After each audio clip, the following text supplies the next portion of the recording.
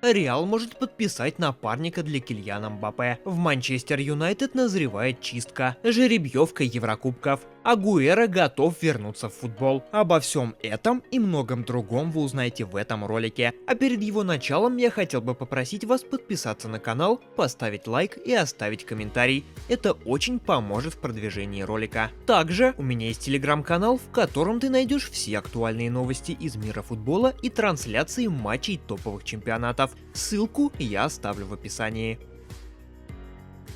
Мадридский Реал хочет, чтобы Тони Кросс остался в команде. Срок действующего контракта полузащитника рассчитан до лета этого года. Позавчера Кросс объявил о возвращении в сборную Германии, за которую не играл с 2021 года. Реал надеется, что Кросс останется еще на сезон. Клуб уже подготовил официальное предложение о продлении контракта, пишет журналист Фабрицио Романо. Решение зависит лишь от Тони, но возвращение в сборную Германии в Реале воспринимают как положительный сигнал. По данным Марка, футболист чувствует себя очень хорошо и может представить себе, что проведет в Мадриде еще один сезон. В Манчестер Юнайтед планируется масштабная перестройка после прихода Джима Рэдклиффа.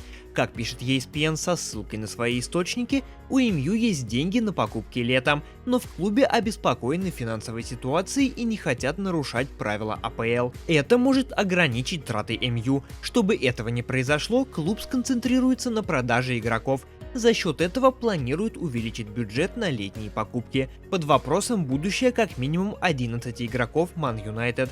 Среди них Кристиан Эриксон, Рафаэль Варан, Казимира, Кари Магуайр, Скотт Мактоминей, Аарон Ван Бисака и Виктор Линделев. Антони Марсиаль уйдет бесплатно в связи с истечением срока контракта. Кроме того, Красные Дьяволы намерены расстаться с некоторыми игроками, которые сейчас находятся в аренде. В их число входят Джейдон Санчо, Донни Ван де Бек, Факундо Пелистри и Брэндон Вильямс. Летом МЮ надеется подписать нападающего и защитника, а также улучшить средний уровень состава. Отмечается, что сейчас из-за нехватки альтернативных вариантов Расмус Хойлунд играет больше, чем планировалось изначально. У него уже 30 матчей в этом сезоне. Подписав нового нападающего, МЮ хочет снизить нагрузку на Хойлунда.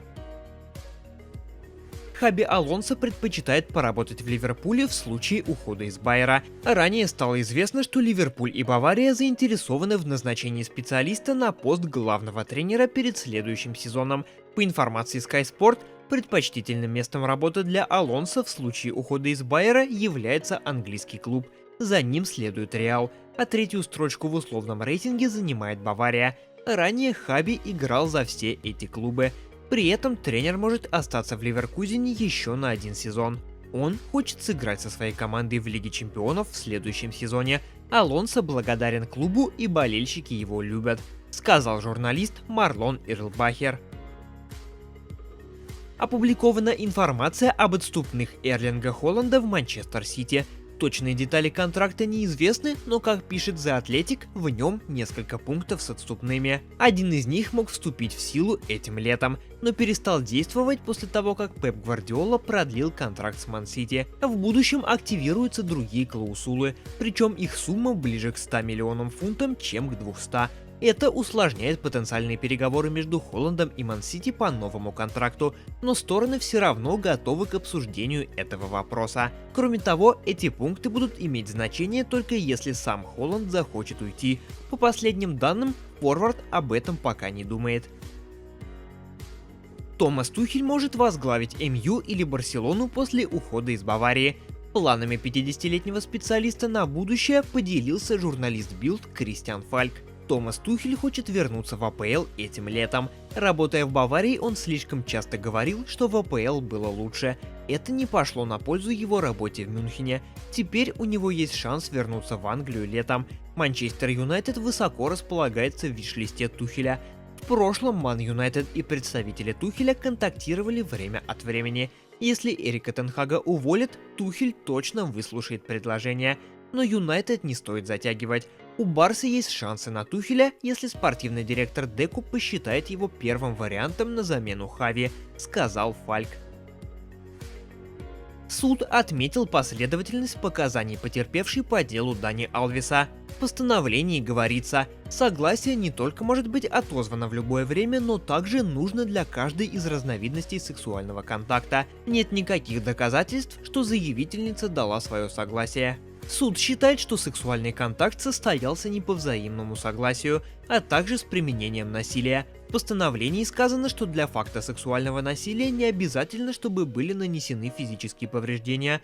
Также не нужны доказательства того, что жертва активно сопротивлялась. Уточняется, что в настоящем деле травмы на теле жертвы были обнаружены, и они более чем очевидно указывают на насилие с целью вступления в сексуальный контакт, факт которого обвиняемый не отрицает. Также суд отметил, что вынес обвинительный приговор, положительно оценив показания жертвы, которые сочетаются с доказательствами, подтверждающими ее версию. Судьи считают, что в показаниях потерпевшая была последовательной и настойчивой на протяжении всего расследования.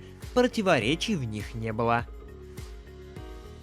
Защитник ПСЖ Ашраф Хакими рассматривает возможность перехода в мадридский Реал, сообщает Mundo Deportivo. Маловероятно, что трансфер состоится в этом году, но сливочные планируют подписать марокканца уже летом 25-го, когда он вступит в последний год по контракту с ПСЖ.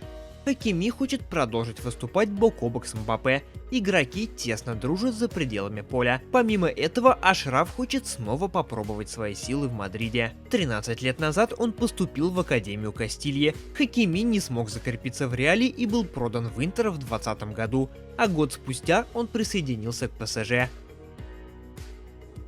Руководство Ливерпуля рассматривает на должность тренера Роберто де Зерби и Рубена Амарима, занимающих аналогичные должности в английском Брайтоне и лиссабонском Спортинге соответственно.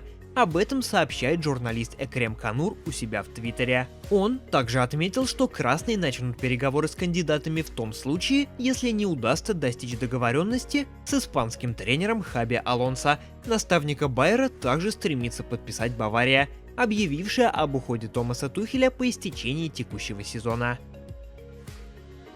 Бывший нападающий сборной Аргентины, Манчестер Сити и каталонской Барселоны Серхио Агуэро может вернуться в футбол. Об этом рассказал врач 35-летнего игрока. Вполне реально, что Серхио может вернуться, рассказал врач во время стрима в социальных сетях. Напомню, что Агуэро завершил карьеру из-за проблем с сердцем в конце 2021 года. Челси летом рассматривал вариант с трансфером Дарвина Нуньеса. Сезон 22-23 был не самым удачным для Нуньеса в Ливерпуле, и ходили слухи о желании клуба продать игрока или обменять его на Жуао Феликса. По данным The Times, Пол Уинстонли, директор по поиску талантов и трансферам Челси, интересовался уругвайцем еще со времен работы в Брайтоне. Он подал в мерсисайдский клуб запрос о возможности трансфера, но Ливерпуль ответил, что нападающий не продается. Бавария не назначит Ханса-Дитера Флика или Жозе Моуриньо в ближайшее время. Ранее мюнхенский клуб объявил, что тренер Томас Тухель покинет команду по окончании сезона. Бавария может расстаться с тренером и раньше, если команда не преодолеет свой спад. В таком случае мюнхенцы назначат временного главного тренера. По информации Sky Sport, клуб не рассматривает кандидатуры Ханса-Дитера Флика и Жозе Моуриньо на должность исполняющего обязанности главного тренера. Ранее сообщалось, что назначение может получить Оле Гуннар Сульшер. Однако изначальный план пока в силе. Бавария хочет закончить сезон под руководством Томаса. Мадридский Реал ожидает, что Эндрик присоединится к клубу в июле. Как сообщает инсайдер Фабрицио Романо, Реал исключил вариант, по которому форвард останется в Бразилии до декабря. Ранее Палмейрас просил мадридский клуб оставить игрока до зимнего трансферного окна. Однако, по данным Романо, в Мадриде не намерены обсуждать этот вариант. Несмотря на то, что переговоры с Кильяном Мбаппе перешли в финальную стадию, испанский клуб также хочет, чтобы Эндрик присоединился к команде в июле.